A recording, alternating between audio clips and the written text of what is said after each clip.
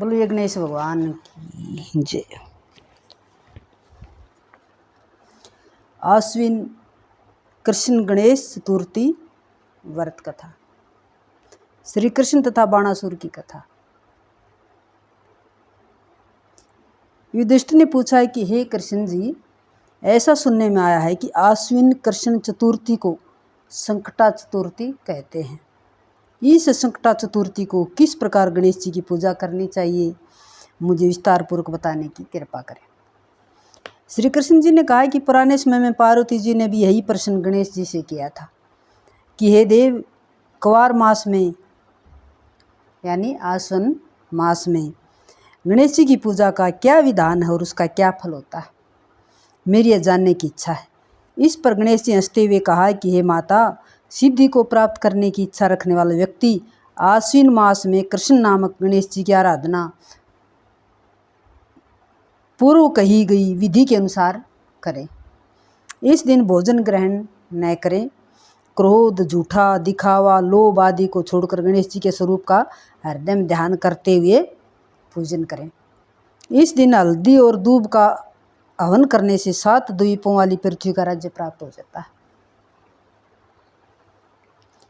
पुराने समय की बात है कि बाणासुर की कन्या उषा ने स्वप्न में अनिरुद्ध को देखा। अनिरुद्ध कौन थे? प्रद्युम्न का बेटा था और कृष्ण भगवान का पोता था। अनिरुद्ध के विरह से वह इतनी व्याकुल हो गई कि उसके मन को किसी भी प्रकार से शांति नहीं मिल रही थी। बाणासुर की कन्या थी उषा। उषा ने स्वप्न में अनिरुद्ध को देख लिया। फिर उसको शांति नहीं मिल रही थी। उसने अपनी सखी चित्रलेखा से तीनों लोकों के प्राणियों के चित्र बनवाए। जब उन चित्रों में अनिरुद्ध को देखा तो कहने लगी, मैंने इसी पुरुष को स्वप्न में देखा था, इसी के साथ मेरा विवाह हुआ था। हे सखी, यह पुरुष जहाँ कहीं भी हो मिल के ढूंढ कर लाओ, वरना इसके न मिलने पर मैं मर जाऊंगी। उसकी सखी चित्रलेखा यह सुनकर जगह जगह खोज करती हुई द्वारका में आ गई। वहाँ अनिरुद्ध को पहचान कर उसने रात्रि में पलंग समेत अनिरुद्ध को उठा लिया, क्योंकि वह राक्षसी माया जानने वाली थी। तत्पश्चात वह सायकाल के समय बाणासुर की नगरी में पहुंची। इधर प्रद्युम्न अपने पुत्र के शोक के कारण असाध्य रोग से ग्रसित हो गए। कृष्ण जी भी अपने पुत्र प्रद्युम्न और पौत्र अनिरुद्ध की घटना से बेचैन हो उठे। रुक्मिणी भी पुत्र के दुख से दुखी होकर रोने लगी। रुक्मिणी कृष्ण जी से कहने लगी, हे स्वामी, हमारे पुत्र का किसने हरण किया है, कर लिया है, अथवा वह स्वेच्छा से ही कहीं गया है? मैं दुखी होकर आपके समक्ष अपने प्राण गंवा दूंगी। रुक्मिणी के ऐसा कहने पर कृष्ण जी यादवों की सभा में गए। वहाँ उन्होंने परम तेजस्वी ऋषि लोमस को देखा। उन्हें नमस्कार कर श्री कृष्ण जी ने उनसे सारी व्यथा को कहा। श्री कृष्ण जी ने लोमस ऋषि से पूछा कि हे देवर्षि, हमारे पुत्र को कौन ले गया है, अथवा वह कहीं खुद ही तो कहीं नहीं चला गया? उसकी माता अपने पुत्र के वियोग के कारण अत्यंत दुखी है।